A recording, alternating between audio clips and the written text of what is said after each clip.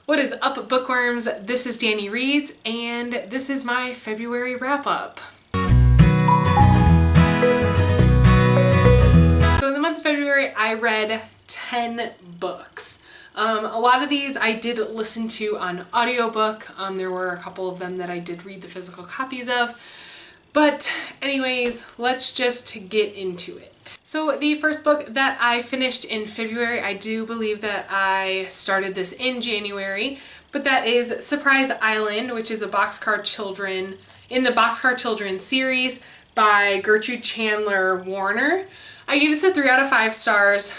I'm not going to continue reading these books just because they are very, I don't want to say childish, but they are it's very for little kids, and it was just getting really annoying to kind of have to go through like the repetitiveness of like everything that they were talking about. I'm definitely happy that I have these for when our kids are of age to read chapter books, because they are super easy and they seem like they'd be, I mean, when I was younger and I read these, they were really quick to get through, and that's great. So I'm definitely going to hang on to these for my kids, but I'm done reading them as an adult. So maybe I'll just get to them when I start reading them to my kids, or when my kids read them and then tell me what they're about. So the next book that I listened to on audiobook was Food, A Love Story by Jim Gaffigan. I rated this a 3 out of 5 stars only because it was not what I expected.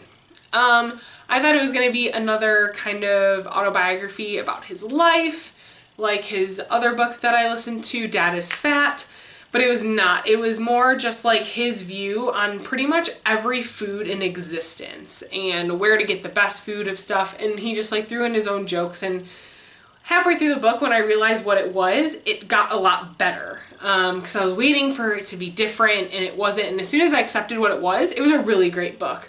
So if you want to listen or read something that is very witty about different kinds of things, people's, fetishes with eating certain kinds of things that are pretty weird, I would definitely check it out. He is a very awesome comedian, and I just think, it was a great book. But yeah, 3 out of 5 stars just because I went into it thinking it was something that it was not. So the next book that I listened to on audiobook was Children of Eden by Joey Graceffa. Joey Graceffa is a YouTuber. His book was awesome. I rated it a 4 out of 5 stars. There was just stuff in the middle that was kind of a tiny bit slow for me. If anything, I'm leaning towards the 4.5 rating, but since we can't do half ratings on Goodreads, still. I did give it a 4 out of 5 stars, but Joey, 2 thumbs up. As a debut novel, that was awesome. So Children of Eden is about a society where only one family can have one child, because they are, have limited resources and they can't afford to have anybody have more than one child. So this book is told from the perspective of the second child, and how she just kind of has to go through life and try and, she's just hiding because obviously they can't know about her, and then stuff happens, and yeah, without spoiling anything, it gets really good, and she was a very well-written character, and all of the side characters were amazing too. It was just, it was a great book, and there is a little bit of LGBT thrown in there, so that made it even better. So again, awesome job, Joey. It was a really great book, and I really hope that you keep writing because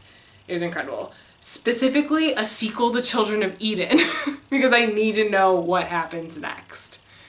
So the next book that I listened to on audiobook was Shiver by Maggie Stiefvater. I rated it 2 stars. Definitely, I understand why people just do not like this series, and I do not plan on finishing it. Shiver was enough for me. I barely got through it. So yeah. So Shiver is about this girl who lives in a town where there are werewolves, and she kind of has this special connection to a specific werewolf who comes every winter to, the back of her home, and they just kind of have this bond. And then things get trickier as they go on. It just, I don't know. Like, I don't know if I read it when it first came out, it would have been good. But I mean, I feel like fantasy, science fiction kind of books have definitely made a leap since then. I don't know. I just thought the plot was underwhelming. I didn't care about the characters at all. Like, none of the side characters, the main characters, nobody. Like, I just did not care what happened to them in the end. Honestly, she could have left it as standalone as well. Like, I don't even want to know what happens in the other 2 books. But, yeah, it's just... Yeah, it was a 2-star for me, and I mean, I was really disappointed. I was kind of hoping that it would be one of those books where a lot of people hate, but I would have loved, but that just wasn't the case. I'm definitely on the team that dislikes that book. So the next book that I read in February was Dark Places by Gillian Flynn. Disappointed in this book too. I don't get it. I rated this book a 2-star. I love Gillian Flynn, and I was so underwhelmed with this book. Gone Girl was amazing. Sharp Objects was even better. And so I was really pumped to read this, and I just could not care for the characters. The plot just didn't have, like, it had the twists and turns, but you saw where it was going. Like, I predicted the end fairly quickly, and I just, I was so disappointed because I wanted this to be so good and it just wasn't. But I'm still, anytime she puts out a new book, I'm definitely going to pick it up because I do love her writing. This one just, I compared it to other books, and so this one just didn't hold the hype that the other ones do for me. Now my ratings for books are gonna get a lot better. So the next book that I read in the month of February was Me Before You by Jojo Moyes. Rated this a 4 stars out of 5. I loved this book. I fell in love with both of the characters. I really do want to see the movie.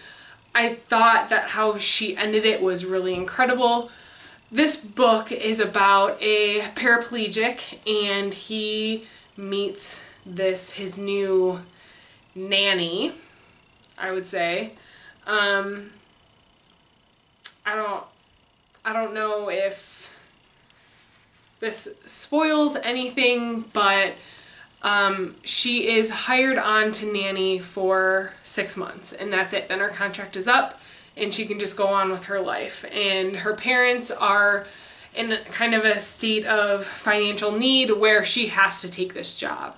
So she takes this job. He's not very nice to her, and she just tries her hardest to give him the best life that he can. And it's one of the most heartbreaking books I think I've ever read, but it was so well written, and I just enjoyed the characters so much and watching their story unfold that it was just incredible.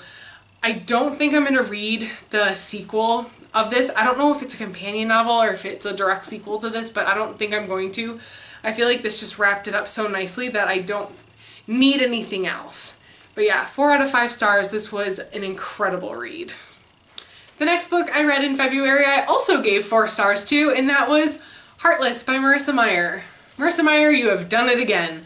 Her retellings are so great. I did not give it a 5 stars just because I felt like there was some of the plot in the middle that was just kind of unnecessary. Like, I felt like she could have got to the point a little bit faster and then maybe expanded on what happens after, if that makes any sense, without giving anything away, even though everyone knows how this story ends. So this is a Alice in Wonderland retelling about the Queen of Hearts. So our main character, Catherine, is pretty much sworn to marry the king. The king is just totally in love with her, wants to marry her, but all she wants to do is bake, and then she ends up falling for somebody else.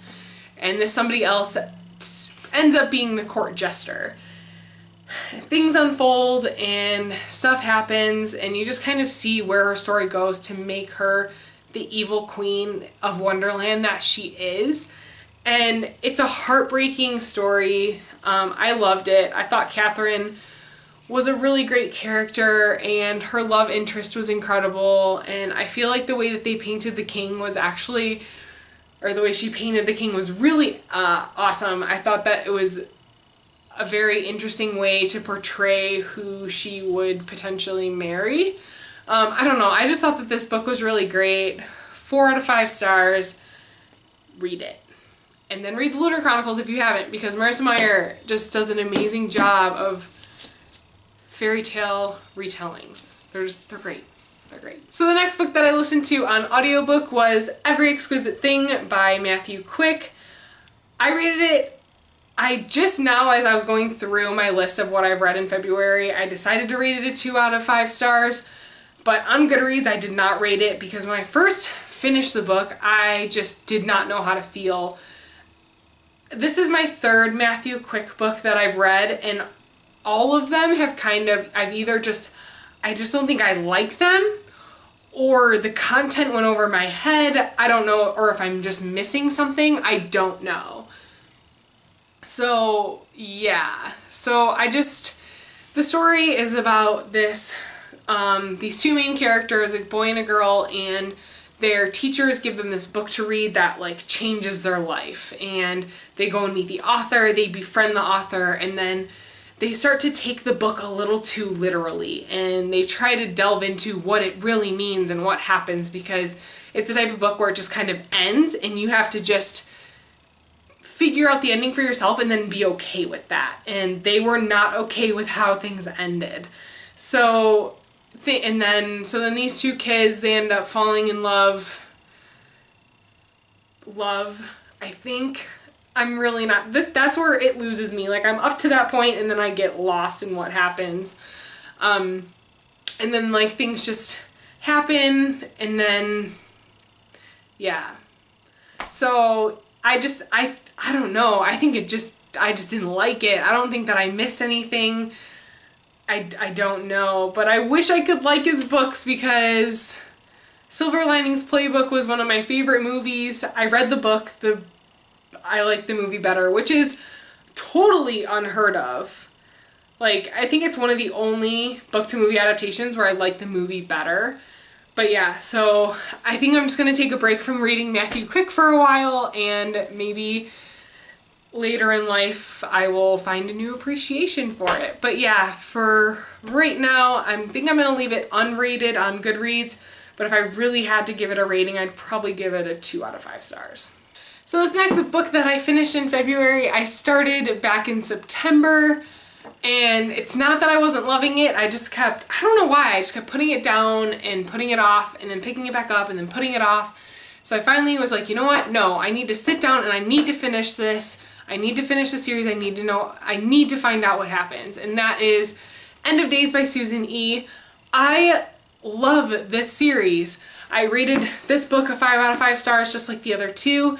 I just thought it was a great blend of, romance and action, and it being a dystopian, and I just felt like it was a really well-written series. I fell in love with both of the characters. The side characters were just as important and just as great. Like, I feel like at some point, even the side characters were main characters, and like they provided a very huge, or they made a really huge impact on the plot. And it was just, I don't know, it was just really well written. I love the series. I cannot recommend it enough. It's definitely one of my top series for life. I'll probably reread the series at some point in my life. And yeah, I mean, it's just, I don't know what else to say about it. It's just really, really great. So great. And I'm so mad that it took me so long to finish it, but I'm actually kind of happy that I waited this long, because then I got to enjoy the world a little bit longer. And last but not least, the last book that I read in February and finished yet another series is The Last Olympian, Percy Jackson by Rick Riordan. Loved it.